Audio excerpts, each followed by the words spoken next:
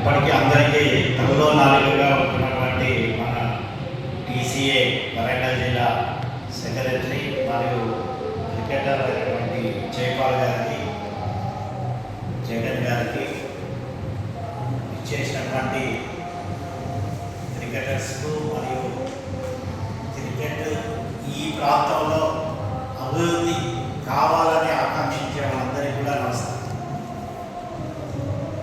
గత కొన్ని నెలలుగా ఆ టాపిక్ అయిపోయింది క్రికెట్.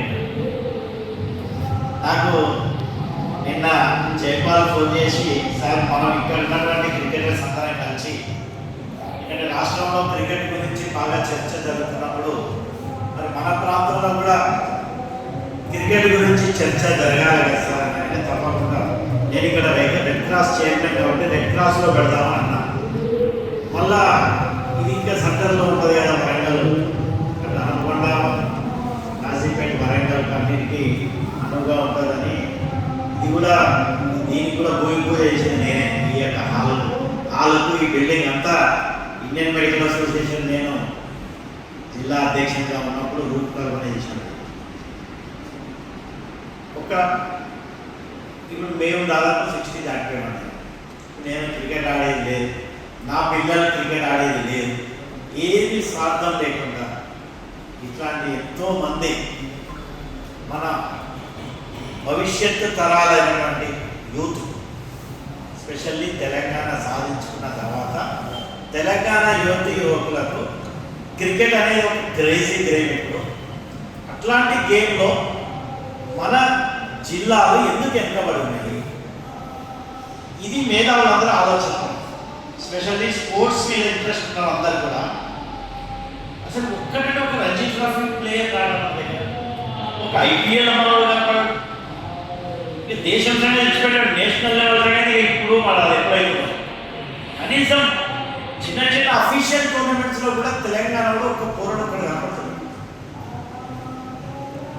దీనికి ఏంటిది అని లోతుగా అధ్యయనం చేసి పెద్ద పెద్ద వాళ్ళందరూ కలిసి ఇక్కడ ఉన్న శ్రీలంక హైదరాబాద్ క్రికెట్ అసోసియేషనే అనే దానికి నిర్ధారణ రావడం జరిగింది.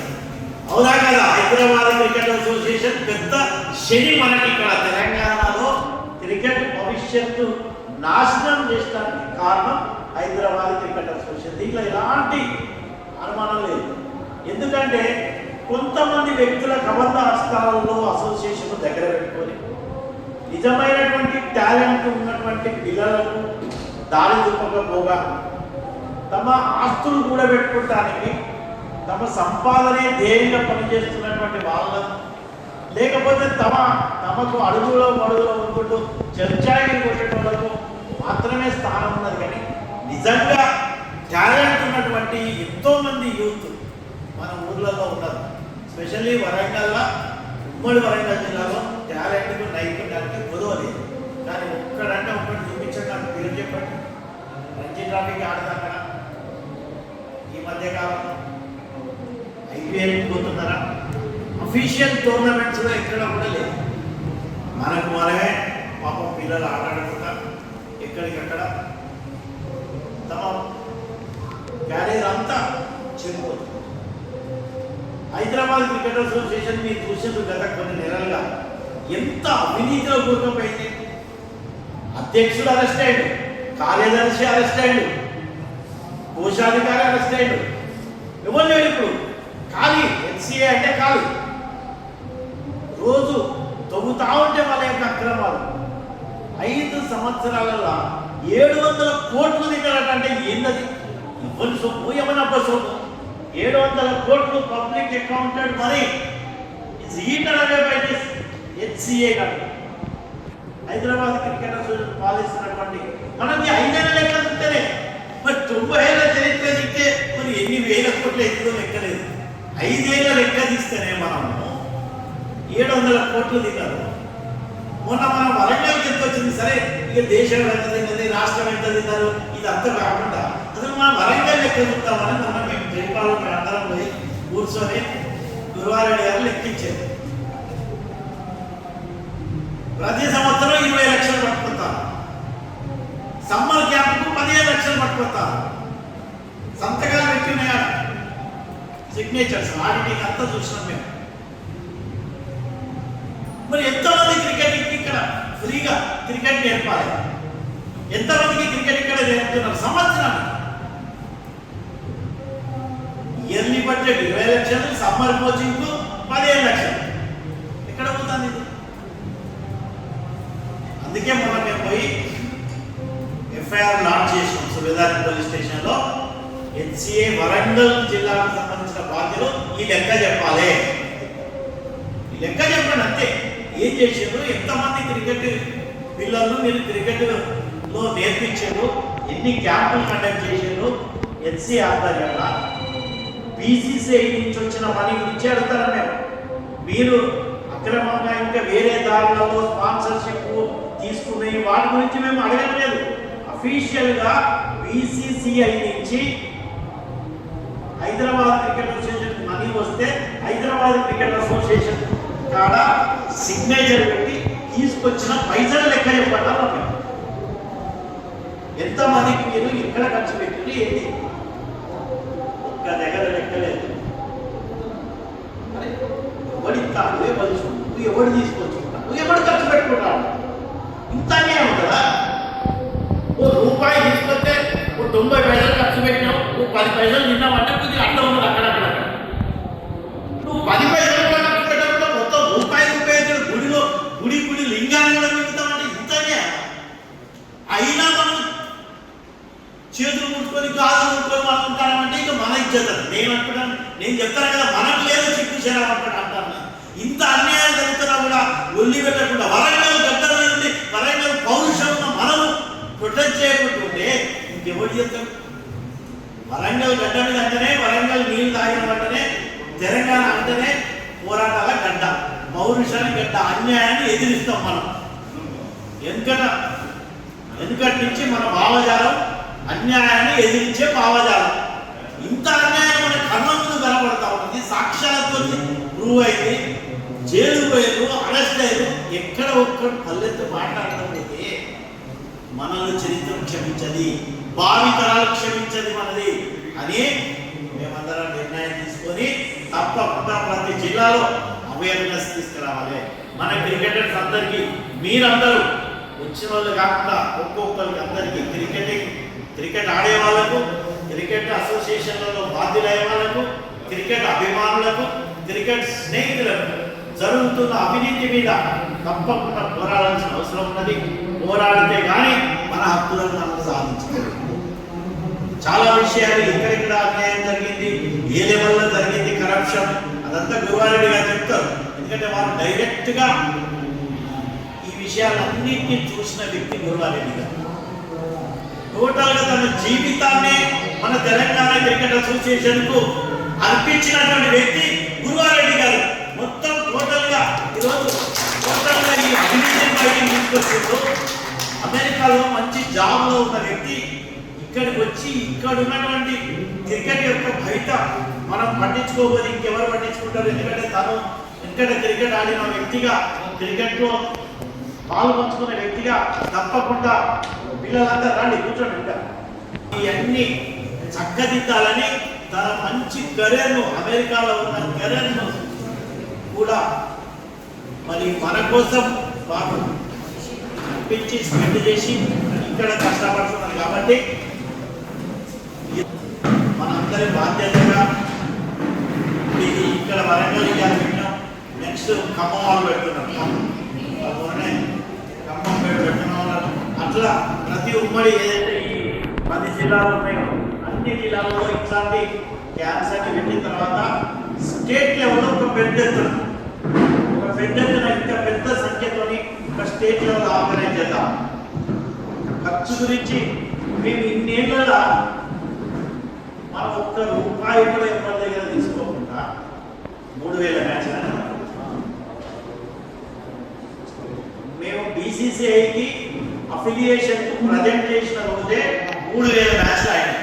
ఇప్పటికీ దాదాపు 5 నుంచి 6000 మ్యాచ్లను ఒక్క రూపాయి కూడా మనం ఎవరి దగ్గర తీసుకోకుండా మనం కష్టపడి ఆడిస్తున్నాము. మరి ఇన్ని 100 కోట్లు తీసుకున్నప్పుడు ఎన్ని మ్యాచ్లు ఆడియండి? ₹1 కోటి బాల్స్, ₹1 కోటి బాల్స్ కొనుక్కొచ్చి మనకి ఇచ్చేదాడు. ఎంతమందికి బాల్స్ ఇచ్చారు? ఉప్పల్ స్టేడియంలో ఆ చైర్లకు ఒక్కొక్కడు కలర్ వేసి ఒక్క కలర్ ఒక్క బకెట్కు 20-30 రూపాయలది 500 రూపాయలు కలర్ వేసి ఒక్క చీర. కొత్త చీర అంటే నేను కలకదు చీపుకోతుంది. ఇంత అవినీతికి పరాకాష్ట అంటే అయినా మనం ప్రశ్నించకపోతే అసలు నాకు ఇది ఎంత ఆశ్చర్యం వేసిందంటే, నేను వైద్య వృత్తిలో చాలా పూర్తి బిజీ, నాది రోహిణి హాస్పిటల్. ఇంత బిజీ ఉన్నా కూడా టైం తీసుకొని పిలవగానే ఎప్పుడు నేను పిలవగానే హైదరాబాద్ వెళ్తున్నాను. ఎంతమందిని కలిసినాం? జస్టిస్ నాగేశ్వరరావు కమిటీ అపాయింట్ ఆయన దగ్గరికి పోయి ఆయన దగ్గర మొరబెట్టుకున్నాం. ఇక్కడ హైదరాబాద్ కోర్టులో హైకోర్టులో కేసు వేస్తే వీళ్ళ యొక్క అవినీతి మనం అంతా చిట్టాపట్ కోర్టుకు సమర్పిస్తే చాలా మీరు వేసిన పిటిషన్ చాలా న్యాయబద్ధంగా ఉన్నది. హైదరాబాద్ క్రికెట్ అసోసియేషన్ మొత్తం వాళ్ళ యొక్క అకౌంట్స్ ను ఫ్రీజ్ చేసింది హైకోర్టు మన పిటిషన్ కి. మామూలు ముచ్చట. ఒక cricket association state official recognised cricket association యొక్క అకౌంట్స్ ను ఫ్రీజ్ చేయించగలిగిందంటే గురువారెడ్డి గారి యొక్క చిన్న విషయం కాదు ఇది. మామూలు పిల్లల ఆట కాదు ఇది. మళ్ళా వాళ్ళు కోట్ల రూపాయలు అడ్వకేట్స్ మీద ఖర్చు పెట్టారు. లక్షలనే కాదు, మనమేమో 1000 రూపాయలు ఈయన దగ్గర 500 ఆయన దగ్గర అందరూ జమ చేసి ఆ పైసలు ఈ పైసలు జమ చేసి అడ్వకేట్ దగ్గర తీసుకుపోతాను. వాడు కోటి రూపాయలు ఇట్లా పడేస్తాడు. మొన్న అకౌంట్స్ ఫ్రీజ్ చేసినాక వాడు సుప్రీంకోర్టుకు పోయి తాత్కాలికంగా జీతాల గిట్టలు రిలీజ్ చేసుకున్న రోజు మళ్ళీ హైకోర్టు రాజేసింది. 2,60,00,000 ఫ్రీ చేయడానికి కూడా మళ్ళీ తెల్లారి రాజేసింది. ఎంత అన్యాయం కళ్ళకు కనబడుతుంది. మనం హైకోర్టులో ఫ్రీ చేసినాక తెల్లారి మర్నాడు సుప్రీంకోర్టుకు పోయి 2,60,00,000 ఎందుకు ఈ అడ్వకేట్లందరికీ జడ్జిలకు హైకోర్టులందరికీ మళ్ళా తినబెట్టాం. అంటే ఇక్కడ క్రికెట్ ఇంకోసారి కాదు ఖర్చు. పిల్లలు క్రికెట్ నేర్చుకుంటానికి ఖర్చు పెడతలేడు కూడా రూపాయి. పైరవీలకు కోర్టుల చుట్టూ లాయర్లకు అక్కడ బీసీసీఐ నుంచి 100 కోట్లు వస్తే దాన్ని ఎట్లా తిందాం? ఇంత మిక్కిని అసలుకి అంటే పిల్లలు ఎంత కష్టపడతా ఉన్నారు. వీళ్ళ క్రికెట్ నేర్పుదాము, ఒక రంజీ ట్రాఫీ ఆడిద్దాము, వాళ్ళ భవిష్యత్తు ఏంటి? చిన్న తల్లిదండ్రులు పాపం ఇంతమందికి క్రికెట్ హైదరాబాద్లో రెంట్ తీసుకొని తమ సొంత మనీతోని పిల్లలను క్రికెటర్గా చూడాలని 100 మంది 1000 మంది వాళ్ళు అక్కడ టైం స్పెండ్ చేస్తారు. కానీ వీళ్ళకి ఇంత ఇచ్చిన జ్ఞానం కానీ ఇంత చీమకు పెట్టుకోలేదు మన హెచ్సిఏ యొక్క ఆఫీస్ బేరర్స్. ఇవన్నీ చూసిన తర్వాతనే మనం అడ్జుడికేషన్ కోర్టు ఏదైతే ఉన్నదో బాంబే హైకోర్టు మన BCCI critical Telangana cricket association మనం ఫామ్ చేసి మనకు ఈ యొక్క హైదరాబాద్ పక్కకు పెట్టి మిగతా జిల్లాలలో ఉన్నటువంటి క్రికెటింగ్ యొక్క బాధ్యతను తెలంగాణ క్రికెట్ అసోసియేషన్కి ఇవ్వాలని మనం బీసీసీఐకి పవర్ పాయింట్ ప్రజెంటేషన్ మీరు ఇచ్చిన తర్వాత వారు ఒక ఆర్డర్ ఇచ్చింది. ఇది బీసీసీఐ 6 నెలల లోపల తెలంగాణ క్రికెట్ అసోసియేషన్కు మీరు కొలాబరేట్ కాండి అని హెచ్సిఐకి ఆర్డర్ ఇచ్చినా కూడా 6 నెలలు కాదు కదా, ఇప్పుడు 2 సంవత్సరాలు 3 సంవత్సరాలు అయినా కూడా ఆ యొక్క ఆర్డర్ను పట్టించుకోకపోతే మనం బాంబే హైకోర్టులో మళ్ళా కేసు వేయటం. అక్కడ కూడా వాళ్ళు బాంబే హైకోర్టు కూడా ఇమీడియట్గా హెచ్సిఐకి ఆర్డర్ ఇచ్చింది. మీరు ఇంతవరకు తెలంగాణ క్రికెట్ అసోసియేషన్తో మీరు ఎందుకు టాక్స్ పోలేదు, ఎందుకు వాళ్ళకు బాధ్యత ఇప్పించలేరంటే వీళ్ళు జస్ట్ అరెస్ట్ అయ్యే 1 నెల ముందు మాతోని ఉప్పల్ స్టేడియంలో టాక్స్కు జైపాల్ కూడా వచ్చిండు. గురువారెడ్డి గారి ఆధ్వర్యంలో నేను, తర్వాత తీగల కృష్ణారెడ్డి గారు, బీబీ పాటిల్ గారు కూడా, జయరాజు వారు కూడా వచ్చేది ఉండే. మేమందరం పోయి హెచ్సిఏ మాకు టాక్స్ జరిగింది. మేము డిమాండ్ పెట్టినాం, మీరు మా తెలంగాణలో ఉన్నటువంటి గ్రామీణ యువకులను మీరు పట్టించుకోవట్లేదు. ఇట్లా ఎన్నో జిల్లాలు ఇప్పుడు 33 అయినాయి. మీరు హైదరాబాదు ఓకే నడిపించుకోండి, అక్కడ కూడా మీరు చాలా అన్యాయంగా అక్కడ కూడా మీరు పట్టించుకోవట్లేదు. అది వేరే విషయం. సరే తాత్కాలికంగా పక్కన పెడదాం. మిగతా 32 జిల్లాలకు బాధ్యత తెలంగాణ క్రికెట్ అసోసియేషన్కి ఇవ్వండి. మేము చూపిస్తాం మీకు క్రికెట్ అంటే ఎట్లా ఉంటుంది, ఏ విధంగా పిల్లలను ఆడియాలి, ఎట్లా మేము చిన్నపిల్లలు కానించి మొదలు ట్రైనింగ్, అడల్ట్స్ కావచ్చు, లేడీస్ కూడా, లేడీ క్రికెటర్స్ కూడా వచ్చారు మా అక్కడ ఆ రోజు వాళ్ళ డ్రాప్స్ కోసం. ఎంతోమంది తెలంగాణ క్రికెట్ భవిష్యత్తును ఆశించే వాళ్ళందరూ మన ఎండల లక్ష్మీనారాయణ గారు అందరం వెళ్ళి ఫేస్ టు ఫేస్ టాక్స్లో మన యొక్క డిమాండ్స్ అని పెట్టడం జరిగింది. దాన్ని మినిటింగ్ అయిపోయి మళ్ళా కోర్టుకు, బాంబే హైకోర్టుకు వీళ్ళు చెప్పాలి. నెక్స్ట్ హియరింగ్ వచ్చేలోగా ఈ రోజుగా వీళ్ళ అవినీతి భాగవతంతా బయటపడ్డది, వీళ్ళు అర్థం చేయలేకపోయింది. మిగతా విషయాలన్నీ గురువారెడ్డి గారు చెప్తారు, నేను టూకీగా చెప్పిన. అట్లనే సుప్రీంకోర్టులో కూడా ఒక కేసు వేసినామా, సుప్రీంకోర్టులో కూడా ఏది రూల్స్, క్లాజెస్, కాన్స్టిట్యూషన్ ఏ విధంగా ఉండాలి, లోదా కమిటీ ఏం చెప్పింది, క్రికెట్లో ఎవరెవరు ఉండాలి, ఈ యొక్క మొన్న అధ్యక్షుడైన జగన్మోహన్ రావు ఏ విధంగా అన్యాయంగా అక్రమంగా గద్దెనెక్కిండు, అతను క్రికెట్ గుణవాళ్ళు తెలివాయి, క్రికెట్ గుణవాళ్ళు తెలివాయి, ఎన్నడూ ఒక్క రోజు బ్యాట్ పెట్టినోడు కాదు, బ్యాట్ పట్టినోడు కాదు, ఆయనే అధ్యక్షుడు. మనం ఇవన్నీ మనం అంటే మనం ఎన్ని కోట్లలో ఇప్పుడు కొట్లాడతాను.